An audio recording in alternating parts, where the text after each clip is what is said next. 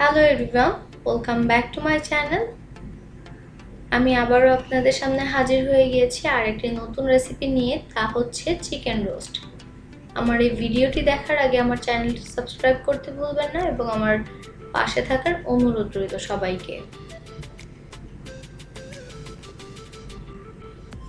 এই চিকেন রোস্টটা তৈরি করতে খুবই সহজ, আপনারা এটা ট্রাই করবেন বাসায়। এখন চলেন দেখে নেওয়া যাক এই রোস্টটি তৈরি করতে আমার কি কি লাগছে।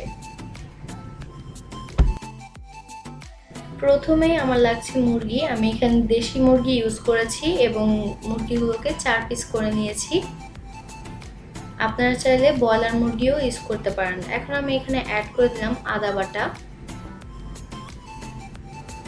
দিয়ে দিচ্ছি রসুন বাটা,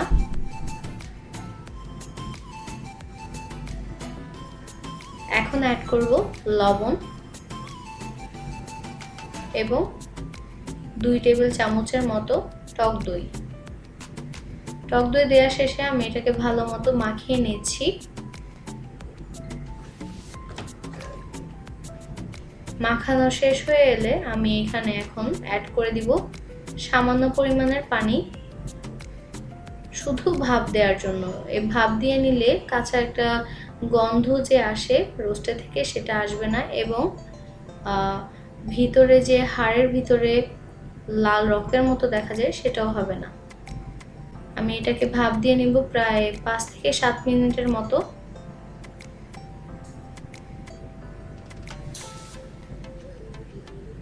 ভাপ দেওয়া শেষ হয়ে গেলে আমি একটি পাত্রে তুলে নিচ্ছি।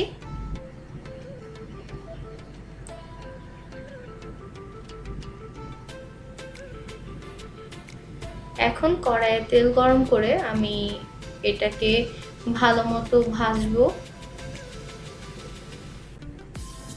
ব্রাউন কালার হয়ে যাবে যখন, তখনই কিন্তু উঠিয়ে ফেলতে হবে, বেশি ভাজা যাবে না।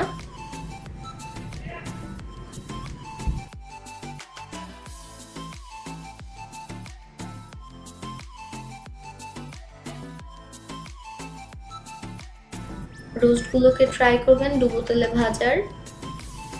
আমার রোস্টগুলো ভাজা হয়ে গিয়েছে, এখন আমি তুলে নিচ্ছি।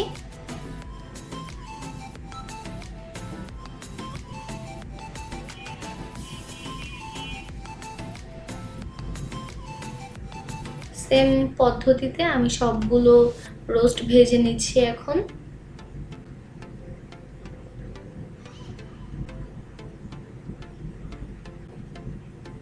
এখন অন্য একটি কড়াইয়ে আমি রোস্টগুলো ভেজে রেখেছিলাম যে তেল দিয়ে, ওই তেল দিয়ে দিচ্ছি।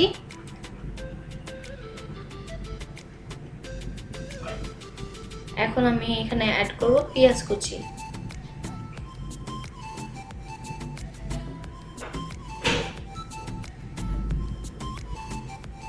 পেঁয়াজটা বেশি করে দিলে গ্রেভিটা অনেক ঠিক হয়, তো আপনারা ট্রাই করবেন একটু বেশি পেঁয়াজ দিতে। এখন আমি ভালো মতো এটাকে নেড়ে নিচ্ছি। হালকা ভাজা হয়ে এলে আমি এখানে অ্যাড করে দিলাম তেজপাতা, এরপর দিয়ে দিচ্ছি কিছু দারচিনি এবং এলাচ। আপনারা এই সময় দেওয়ার ট্রাই করবেন, কারণ এতে করে ভাজার সময় এগুলোর ফ্লেভারটা খুবই সুন্দর বের হয়ে আসবে। এখন দিয়ে দিলাম পরিমাণ মতো লবণ। লবণটা প্রথমে কিছুটা কম দেওয়ার ট্রাই করবেন, কারণ পরে লবণটা চেক করে আবার দেওয়া যাবে।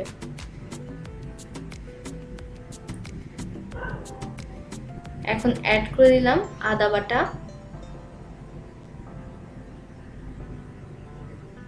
এবং রসুন বাটা।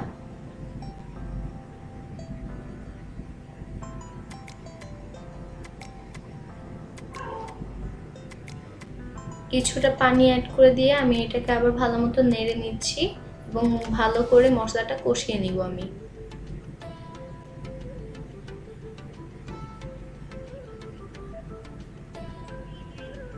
এই পর্যায়ে অ্যাড করে দিলাম জিরা গুঁড়ো।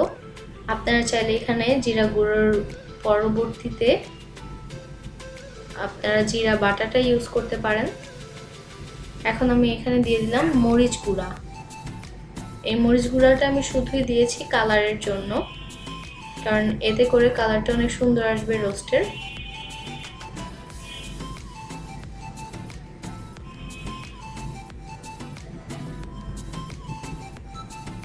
এখন আমি এখানে অ্যাড করে দিলাম বাদাম বাটা এবং পোস্তদানা বাটা।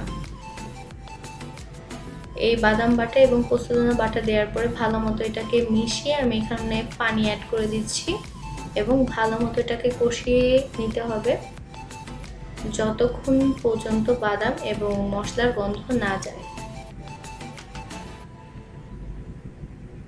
এখন অ্যাড করে দিলাম কিছু কিশমিশ, এটা অপশনাল, আপনারা চাইলে নাও দিতে পারেন।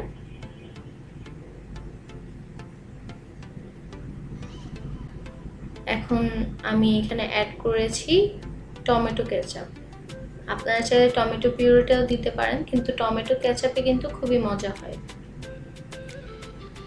এখন ভালো মতো কষিয়ে নিচ্ছি আমি মশলাটাকে, খুব সময় নিয়ে এই মশলাটাকে কষাবেন, তাহলে কিন্তু খেতে খুবই মজা হয় এই গ্রেভিটা।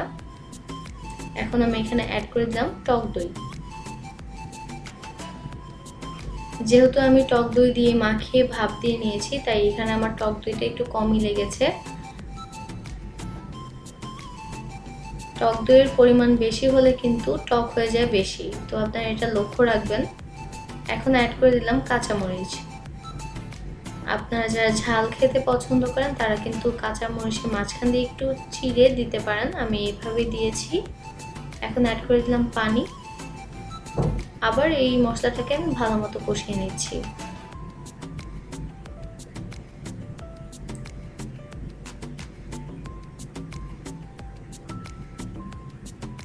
এই পর্যায়ে আমি সেই ভেজে রাখা রোস্টগুলোকে দিয়ে দিচ্ছি। একে একে সবগুলো রোস্ট আমি দিয়ে ভালো মতো মিশিয়ে নিব এই গ্রেভিটার সাথে।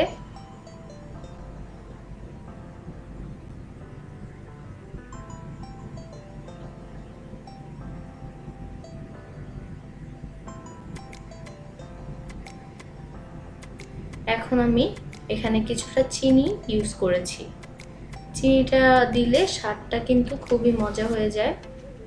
এখন আমি এটাকে কুক করব খুবই স্লো আছে 15 মিনিটের মতো।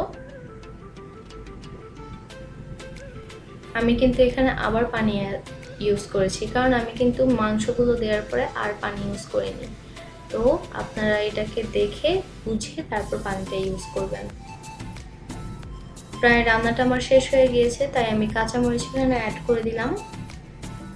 এখন দিয়ে দিচ্ছি কিছুটা কেওড়া জল। এই কেওড়া জলটা দিলে খুবই সুন্দর একটা ফ্লেভার আসে, শাহি শাহি একটা ফ্লেভার আসে।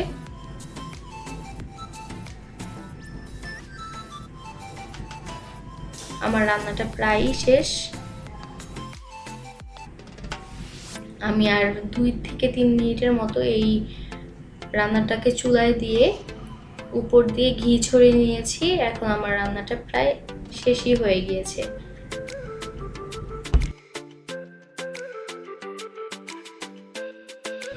এখন পরিবেশন করার পালা, আপনারা আপনাদের ইচ্ছে মতো সাজিয়ে নেবেন।